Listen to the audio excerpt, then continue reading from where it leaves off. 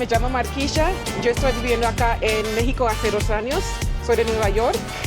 Y yo estaba viviendo en Playa del Carmen y ahora estoy en la Ciudad de México. Hi everyone, I'm Marquisha. I've been living in Mexico for the last 2 years. I am from Brooklyn, New York, originally from Jamaica, and I'm currently in Mexico City. Prior to this, I was living in Playa del Carmen for 2 years. So I began my nomadic journey back in May of 2023.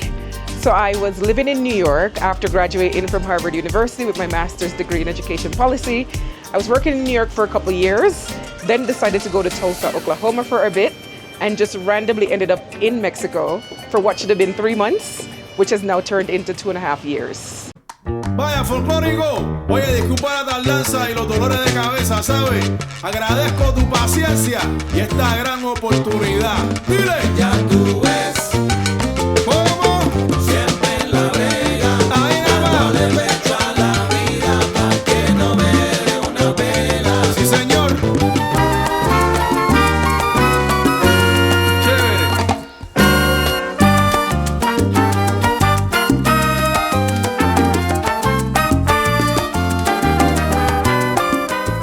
So right now we're in the Roma Norte area. This is known for where a lot of expats seem to go, what I've heard so far.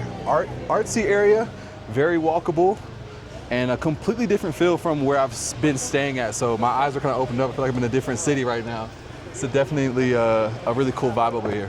So you guys can see many restaurants and So yeah, lots of restaurants, coffee shops. I actually joined a gym right here.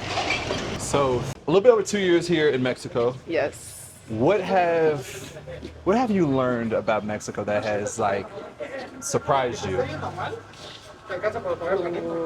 What has surprised me about Mexico?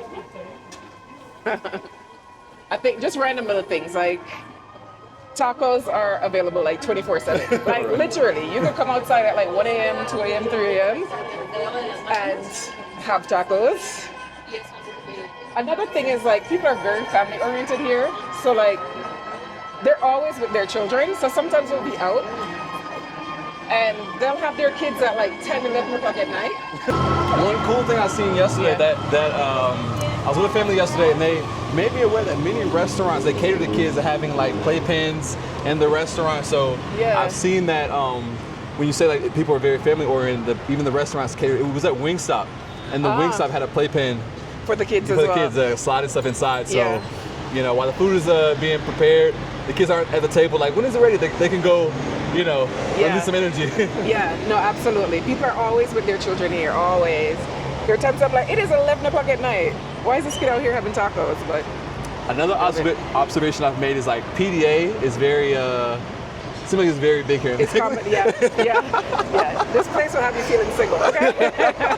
Every time I go to the park, I'm like, okay, I get it. It's like the land of romance out here. Like couples will be in the middle of the street just. Yeah, I'll go to the park and people are picnicking with their partners and I'm all right, okay. I get it. I get it. Yeah, so actually I think right now we're technically crossing over into Condesa. Okay. Yeah, so I think once you get to Insurgente, this street, this is kind of the cutoff where Roma ends and Condesa begins. They're kind of like blends in. They're similar feel of the neighborhood. Yeah, they're similar.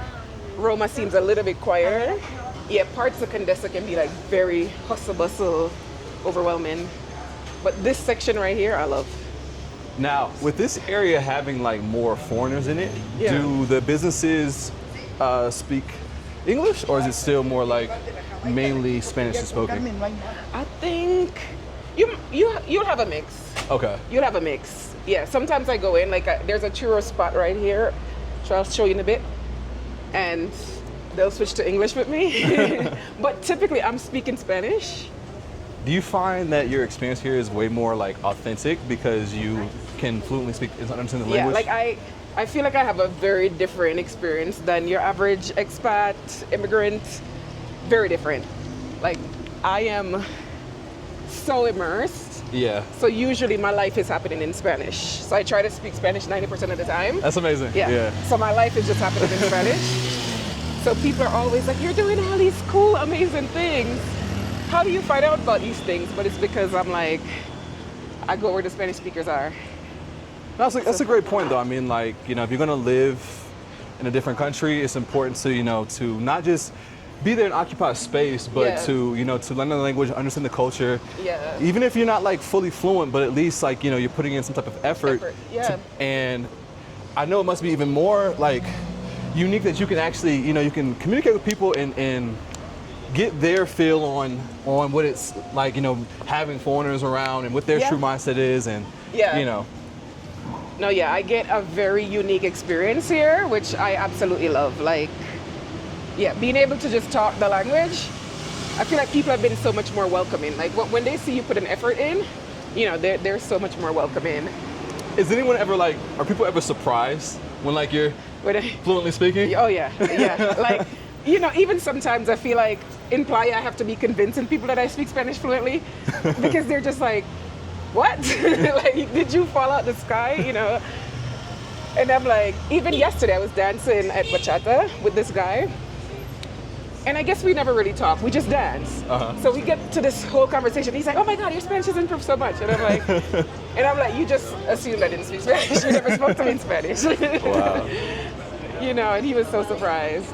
But yeah, this is a beautiful neighborhood. So this is Parque Mexico. Wow. So this is where I wanted to take you. This is nice. Yeah. Yeah. I think this little walk has like shifted my perspective. Not what my perspective was negative. It's just more just like, it was limited. Yeah. Limited. So like seeing this, this is a whole different. It's a different world. Whole different world, different vibe. Yeah. That's beautiful though. Beautiful neighborhood. Yeah, I love it. So you mentioned that you go to dancing and you're fluent. What else do you do out here in Mexico City? Also, when you was in Playa del Carmen, like what is a typical day for you? Yeah, so I'm a gym rat. So my morning starts with the gym. So usually I'm like out the house. I'm at the gym by like 8 or 9 in the morning. I work out. Yeah. In Playa, we have like so much access to like fresh fruits and vegetables. I stop at the fruteria, I'll get some like, coconut water or lemonade, something. How much does that typically like cost you for the fresh fruit? Usually it's about like 30 pesos, so about like a little bit over $2. Okay. Yeah, so you can get fresh fruit juices. That's what I'm missing, I feel like, here in the city. You do have it, but in Playa, it's just really accessible at all the fruterias. Wow. Yeah, so this is Parque Mexico. Wonderful. So yeah, when I come back to Mexico City, I'm gonna find me a place in this area to book a couple of days at. Yeah. Cause I feel like I love this place. Like you just walk in and the greenery here is just next level. This is more like my pace. Yeah. And I love walkable neighborhoods. Yeah. I love a neighborhood you can kind of walk and get lost a little bit. Yeah. Hit different alleys and blocks and see, discover a little cool cafe or restaurant. And then also, having a nice natural park is definitely a bonus as well. Yeah. I love greenery and nature, so this is cool. Very relaxing. Yeah. So Tranquilo. usually this is where like bachata is happening.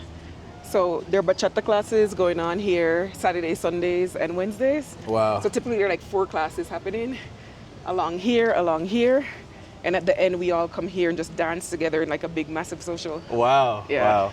How do you find events like this? Is it on Facebook groups or? So there are WhatsApp groups for it, but I started dancing in Playa in January. Okay. So my goal this year has been to master partner dancing. Wow. So I took up bachata sensual, and there's a whole community that comes with that. Oh wow. So it's like even coming here to Mexico City, I ran into so many people I know from Playa. Wow. If you dance, we all It's like I keep joking that's a little cult at this point. See, I'm seeing some PDA in the background. Yeah, It's so romantic. This is the city of love. It's not Paris. It's Mexico City. Wow. Yeah. Just come out here and just have a little nature walk. No, I actually love this. This is. Yeah. I get why people are living over here now. Yeah. Now, one thing we was talking about though that you were sharing is there's a little bit of friction with obviously expats come here, they love it, but there's another side to it. Yeah. Talk about the other side. Yeah. So I think there's a big challenge here around like gentrification. So what is happening is you do have a lot of like American and Canadians who come into Mexico and are coming with higher incomes. All right, so there's a lot of pushback against that, especially in places like Mexico City, places like Oaxaca. In Playa del Carmen, not as much because that's very touristy. But when I got here in July, there was like a big protest the first week. So in this park, actually, so a lot of this was graffitied. On the other side, Okay. graffiti was everywhere. So they had to come and like paint over it. Wow. So even my first week here, I went to bachata and the instructors were like, let me just tell you, like, you're welcomed here. You know, they made a point of that. But a lot of it is more so due to like rent prices being hiked up here in the city because, you know, Americans and Canadians are coming in with higher income. Some of them who can afford like a lot more of the luxury buildings here. So there is that friction here in the city, I would say. Understandable. I feel like globally, you know, everyone just wants better. A lot of people are just fed up with, you know, higher cost of living. So you get people who are leaving America for, you know, they want their money to go further. And then, but the downfall of that is as people flock to other places, it does kind of, you know, it begins to affect the locals and drives their cost of living up. So I don't know exactly what the balance is in that. But like we're all just trying to find our way. And it's tough, you know, because I was saying earlier, like a lot of us, like especially black and brown people, have been impacted by gentrification in the US. So we've been pushed out of our neighborhoods, right? And I feel like a lot of the people coming here aren't the wealthy Americans per se, even though we do have like, you know, higher income than like your local Mexican. So there's still that tension of like, on one hand, you're a victim of gentrification in the US, and then you are contributing to it here. So it's a tricky situation to be in. Yeah, it's like a double-edged sword. Yeah, it's a tricky situation.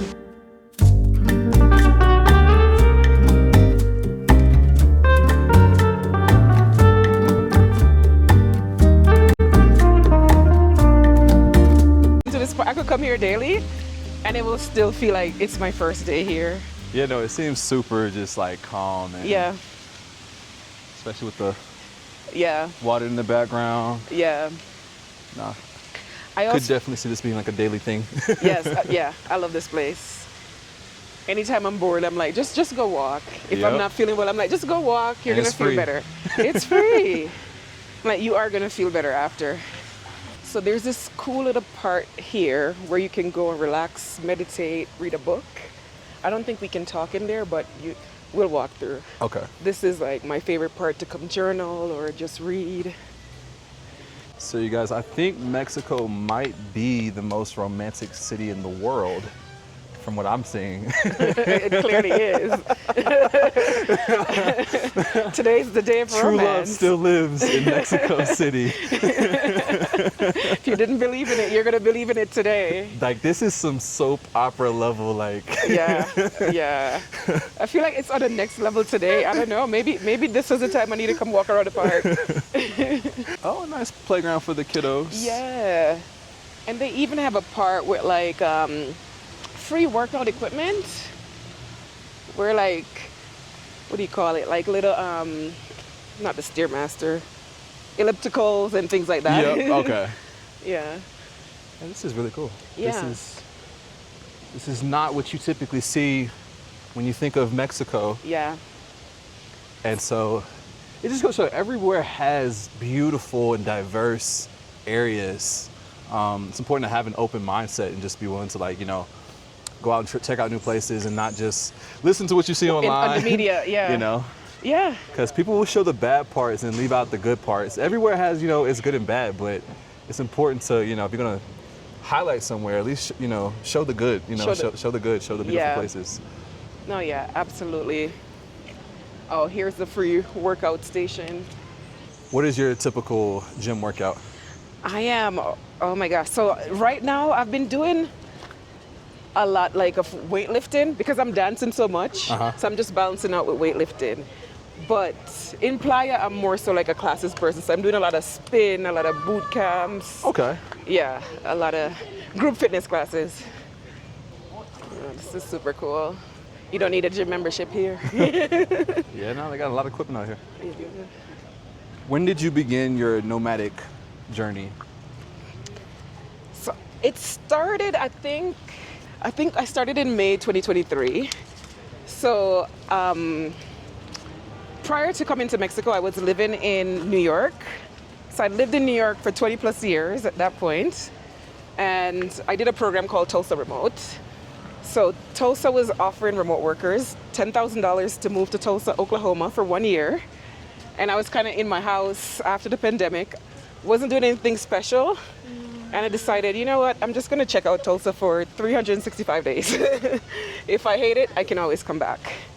So I did Tulsa for a year, and the program itself was great. Like, I built amazing community there. I had a lot of fun, but I knew that 1 year was enough for me in Tulsa. I was like, okay, I'm a New York City girl, check. So I kind of saw a posting in our Tulsa Remote Slack. A friend pointed out a posting to me in Mexico where someone was subletting their apartment. So I decided to come to Mexico for what should have been 3 months. Just for like a quick summer, I could tell friends and family that I lived in Mexico for 3 months. Yeah. And then it turned into like 2 years. I'm now a Mexican resident, a legal Mexican resident. So much has happened. At what point did you realize that I'm gonna stay here longer? During that first 3 months, because the first 3 months turned into 6. And then after 6, I was like, I'm going back, because I left my stuff in storage in Tulsa. And I'm like, I'm going back to the US and I'm gonna get rid of everything. I'm just gonna sell everything and I'm going back to Mexico. So it was always supposed to be this temporary, I'm just having fun in Mexico thing. And then it literally turned into like 2 years. What made you fall in love with it? I think the community in Playa. Like in Playa, it's so easy to make friends. So I just had like so many friends, so much community, just access to everything in walking distance. Because I'm in Centro, so literally my gym is like right there, supermarket is right there. Affordability too, because like I was able to get like a nice luxury apartment in the center, you know, and I'm like, I don't see what I'm going back to New York for. like I can't beat that. So I think a lot of that was what kept me there. The friends I made there, the people I met there. There's a Black expat community as well, so like literally you go outside and you're making friends. Like, you know, you don't even have to put effort into making friendships there, so that definitely attracted me. It sounds like you have a really good work-life balance, that you're able to have your fun and, you know, and pursue different interests and dancing and all these different things. That's amazing. Yeah, I look like I don't work. Like, you know, yeah, I do have a good work-life balance. And I feel like that's also a blessing in Mexico. Like, people actually go out and enjoy life after work. Like in Playa, people are at the beach after work. You know, in the US, it's very hustle bustle. New York is very, I'm on the train, I'm underground. Yeah. Here, it's like, yeah, I dance bachata. I'm like dancing 3-4 days a week. Like I'm always dancing at the gym. You feel more like in tune with yourself? Yeah. Yeah. I was able to like refine myself here and like remember who I was. Wow. That's amazing. Prior to going to Playa, did you already know there was a Black community there, or did you discover it once you arrived? I started hearing about it maybe 2 weeks before I got there.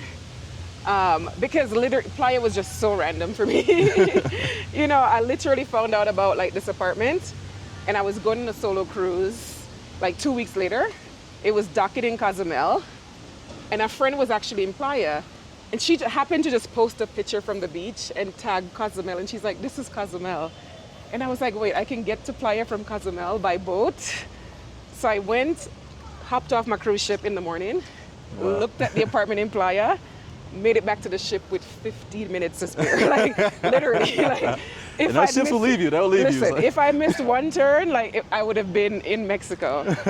You know, and then the minute I found out about this apartment, I started talking to people. And it seemed like everybody but me had heard about Playa del Carmen at that point. Because I was like, what? Everybody's been here? But once I got there, I just tapped into the Black community easily. You know, it's small, so you're just walking around and you're just gonna see Black people and they're very friendly. You know, you could always tell the locals because it's just like, all right, when they're friendly and just happy, you're like, okay, you actually live here. Right. You know, so there are a lot of events, like there's line dancing, there's a group, High Vibe Playa, that puts on like different parties and events. We also do things like Thanksgivings and like Christmas on the beach. Oh, so, nice. Yeah, like, okay. Yeah, like last Christmas, everybody just gathered at the beach. Juneteenth, actually. So I got there in May, and they had a Juneteenth event. So that was my first big interaction with everyone. Yeah. It was kind of like a potluck. Everybody just brought something, and it was on the beach, just dancing and having a good time. Wow. Yeah. Now with your multicultural ties, so Jamaican, American, Yeah. living here in Mexico. Yeah. What type of cuisine do you enjoy to eat Oh my the God. most? Oh my God. I do miss some Jamaican food. I'm gonna say that. I kind of love everything, but like at this point I'm tacoed out. I can't, listen, I cannot eat another taco. I'm probably gonna eat more That's later. all I've been eating since I've been Yeah. here. But in Playa, there are a couple of Jamaican restaurants that I really love.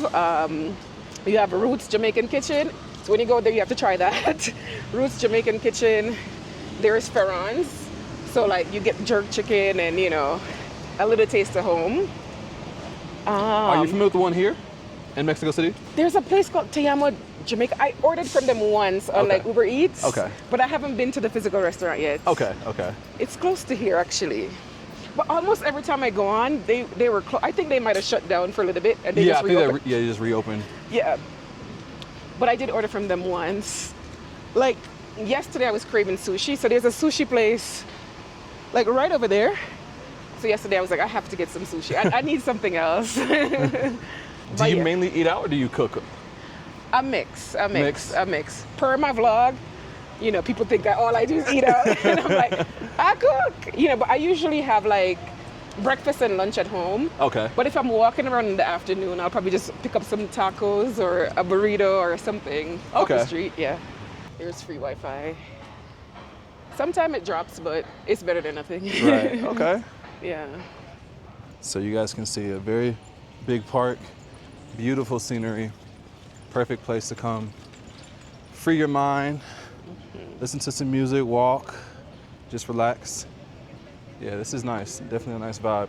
This is why it's important to connect with people who know the landscape of where you're going, because that can really shift your perspective of a city, is knowing where to go, knowing where the happening is happening, you know? So like this is cool. Yeah, I got a lot of respect for Mexico City now. Like just this one area alone. Like a city, if it has like this could be enough to be like to convince me like, okay, like I could live out here for like a few months, you know? Yeah, this will do it. This will do it. Yeah, I'm gonna take you around to another. Now another question was, speaking Spanish, I'm sure I already know the answer, but by being fluent, does that help you save money when it comes to like buying things? Oh, yes. Yeah, so okay, one way is like, for example, with taxis in Playa del Carmen, you know, if you go in there and you're like, how much is it to go from here to here? The price is gonna be 200 pesos, right? But when I go and I'm like, yo quiero ir para allá, ¿cuánto cuesta para ir, you know, desde aquí hasta allá? 50 pesos, right? I'm just telling them 50. I'm not even asking you. I'm telling you, I'm paying 50. You know, so that's something people complain about when they come to Playa, the gringo tax and things like that. But yeah, once they just assume like you've lived here a long time. I'm not gonna play with her. Yes, I'm able to negotiate and get cheaper prices for certain things. So if you guys come to Mexico, you gotta grab her and bring her around with you. Yeah, at this point, I know everyone is always trying to follow me around because they're like, no, she knows. Like, I definitely need a translator out here. My Spanish is not good. And it doesn't help, like, since I live like in Asia, like I know a little bit of Thai, so when I'm like, I used to know more Spanish, but now when I'm thinking of words, I'm even like, my brain is first thinking Thai, so I'm like, oh, that's not it. Like wrong language. Yeah, wrong language. Reroutes. The doggies are out here. So, are a lot of the apartments out in Mexico City like dog friendly? Yeah. Okay. Because even the building I'm in, I didn't expect it because I'm terrified of dogs. Like I was attacked by a dog as a kid. Yeah. So I walk in day one and I'm like, there are just dogs everywhere. Oh, wow. Everywhere. Even at my gym, like, you know, someone like has a dog that they bring to the gym. You know, I'm sure it's for like assistance, but Mexico City is very, very dog friendly. Very dog friendly. Wow. There are dogs everywhere. Beautiful. Yeah. I like dogs. Yeah. Like, I don't dislike them. But I understand, you got some trauma. It's trauma from there. Because then people are going to think, you're such a horrible person. You know? No, I was attacked. I've gotten really good since being here and in Playa too, because they have no choice. I do want to get to the point where I'm over it, you know? Real quick, you're traveling or living abroad, one thing that's super important to have is travel insurance. I personally use Safety Wing. They have two plans. One is the Essential, which is great for shorter trips. It covers the basics, like getting sick, unexpected injuries, hospital visits, and travel emergencies. But if you're out here long term, as I know a lot of you plan to be, you're gonna wanna have their Complete plan. With the Complete plan, you can choose any doctor you want, public or private. You can get checkups, screenings, mental health support, and even serious stuff like cancer treatment. It covers therapy, vaccines, maternity care, emergency evacuations, all of it. Plus, it's got your back with travel stuff too. Like say your luggage disappears, or your accommodation gets canceled, or even you lose your passport. It works in over 170 countries, so if you're bouncing between places like a few months in Thailand or a few months in Bali, it's got you covered. So yeah, if you're trying to travel smart, then scan the QR code on the screen, or click the link in the description and let them know I sent you. Anyway, back to the video.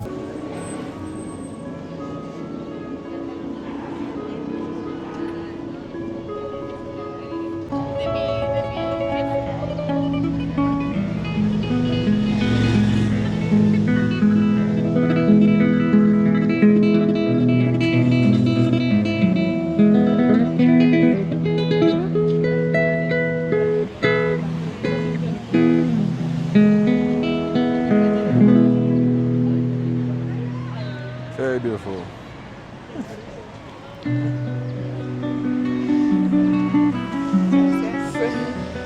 This is not the Mexico they tell you about on TV, no. Because even with my vlogs too, I remember, coming back to Mexico City, and some of my subscribers are like, I heard Mexico City is so chaotic, it's hustle bustle, and I'm like, there are parts like that, but for me, like Roma is so calm to me. Like, this is so calm. Yeah, when I first got to the city, my first impression, I guess at the time I got there too, was mucho tráfico. Yeah, it's like big city vibe, yeah. Yeah, it was like, it took me like 50 minutes to get somewhere that wasn't that far, and it was literally all traffic, it was because of traffic. But in this little vicinity, and I don't know how wide this area spans, but it's not backed up in the main. No. Yeah, their part, Centro is hectic. Even I went there recently. And I'm so anxious, I'm overstimulated, I'm like, it's too much. Yeah. But I like coming back over here. Actually there yesterday. What type of cuisine? No, they're churros and chocolate. Oh, okay. Yeah. So that's nice. Definitely, if you have a chance, check it out. They have them in multiple parts of the city. Yeah, I'm a sucker for a nice neighborhood. I love a walkable area now. Yeah. Especially my whole life pretty much spent in Greensboro, North Carolina, which North Carolina's not walkable at all. Yeah. You need a car for everywhere. Since though moving to Thailand, living in a big city, I've gained a lot of appreciation for walkable cities. I love just being able to be out on foot and not have to hop in a car and just gonna go hit the, Yeah. So neighborhoods like this really resonate with me now. Yes. Cause I just love being able to walk and not have to worry about parking and being in the car. Yeah.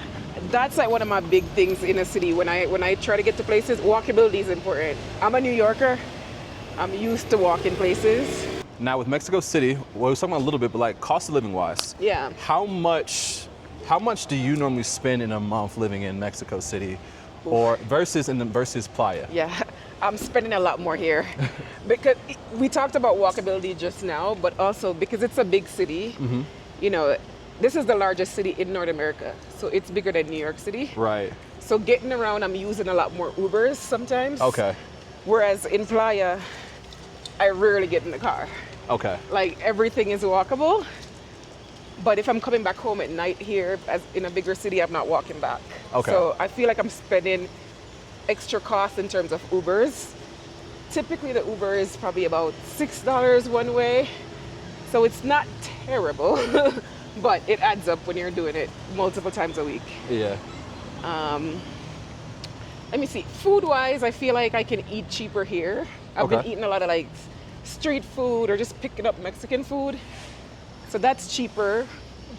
If I do go to some of the fancier restaurants, that's more expensive. But because Playa del Carmen is more touristy, the restaurants tend to be pricier there compared to Mexico City. Okay. Yeah, rent-wise, Mexico City is more expensive than Playa del Carmen. So What do you think a baseline number someone needs to make per month to like live a decent life in Mexico City? In Mexico City, oh my God, oh my God, oh my God. I feel like based on these rent prices, because I feel like I'm seeing like a one bedroom here is probably about like $1,500 US. Oh, see. You know, so I feel like you probably would need to be making maybe 3,000 or so if you're gonna be living like in a one bedroom by yourself in a neighborhood like this too. Okay. Yeah.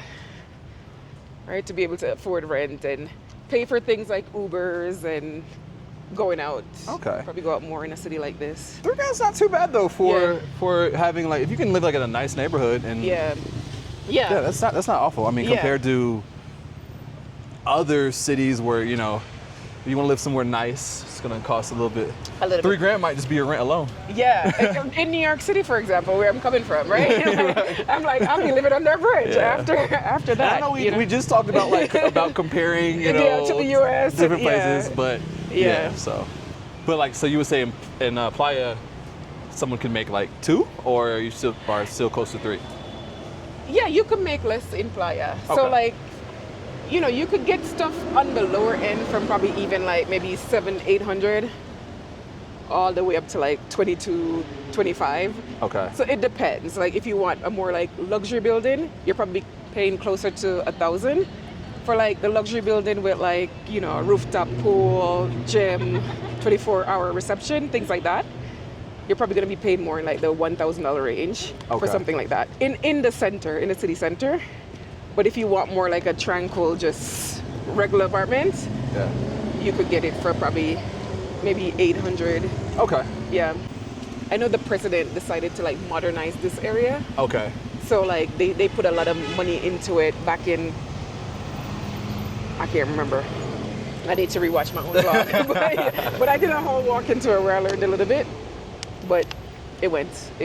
No worries. Right here, apartment building? Oh yeah. Yeah. That's gorgeous. Yeah, I like the balconies and it looks nice. How long did it take you before you were fluent in Spanish? I think so. Initially, I learned Spanish in undergrad. So I studied abroad in Madrid for 1 year.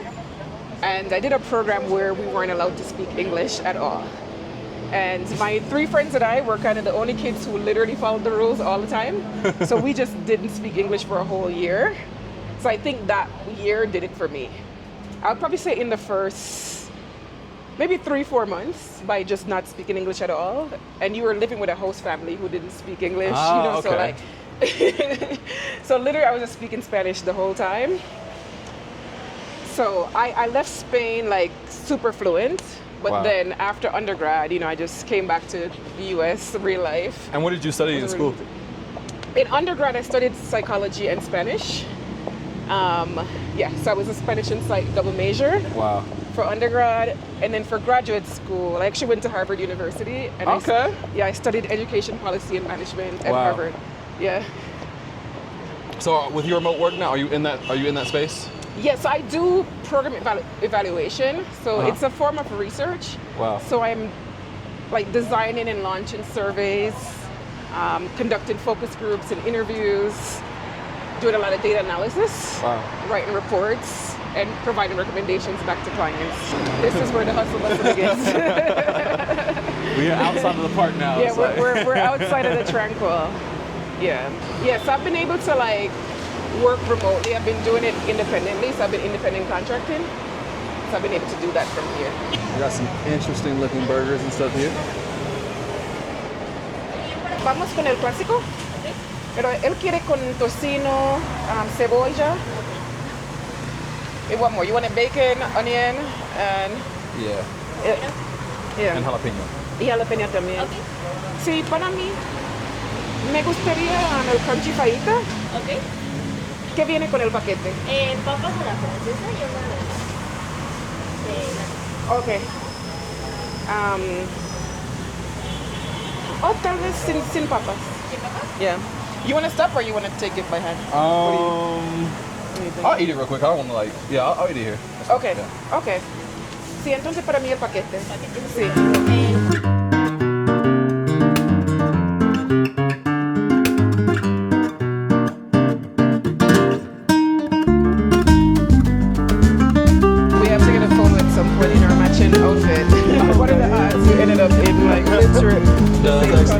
Literally, my shirt is the exact color. The same color.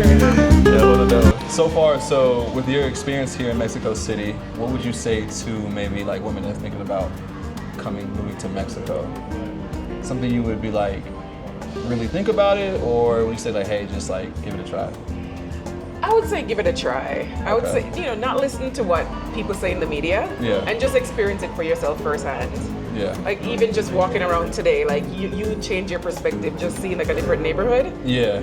I think there's like a lot of propaganda in the media to scare us, but once you get here, you realize it's such a calm, tranquil country. Alrighty. All right, that looks so good. Overall, like, as a woman here, safety-wise, and you said like I know different neighborhoods, but like as a whole, as a city, this is just have common sense, or like just be mindful of your surroundings. Yeah, have common sense. Okay. Be very mindful. Like you still have to be cautious. It's a big city, so I feel like the same street smarts I would use in New York, I would use here too. Like if I go out at night, I'm usually Ubering back. Like I'm not taking a subway. I'm usually like with a friend or somebody knows where I'm at. Okay. So I think, it is a safe country, but things still happen. But it's not like what you might see on like people a lot of times when they think of Mexico, they think like cartel and stuff like that. Yeah, I'm like, oh my gosh. I'm like, not to say that doesn't exist, but I'm always like, I don't work in that line of work. Right. That is not my line of work. So I'm in my lane. Right. No, but that's the perception that you're gonna come here and you're gonna be kidnapped by the cartel, and I'm like, people are going about their business, living their life. Do you see yourself living in the U.S. again, or do you kind of like the idea of like a semi or pretty permanent overseas life, or not? It's not overseas, it's just Mexico, but like outside of America. Maybe at some point I'll go back. Because like Mexico for me was so unplanned. It just happened. I don't have immediate plans right now. Sometimes I could see myself probably exploring other countries as well. Maybe even ended up in like Thailand. I've always heard good things. But I'm literally just making life guide me at this point. Like wherever an opportunity calls, I'm open. That's a good way to see things. Would you ever live in Jamaica? I don't know. I feel like I've been spoiled in Playa because I'm like so close to the beach.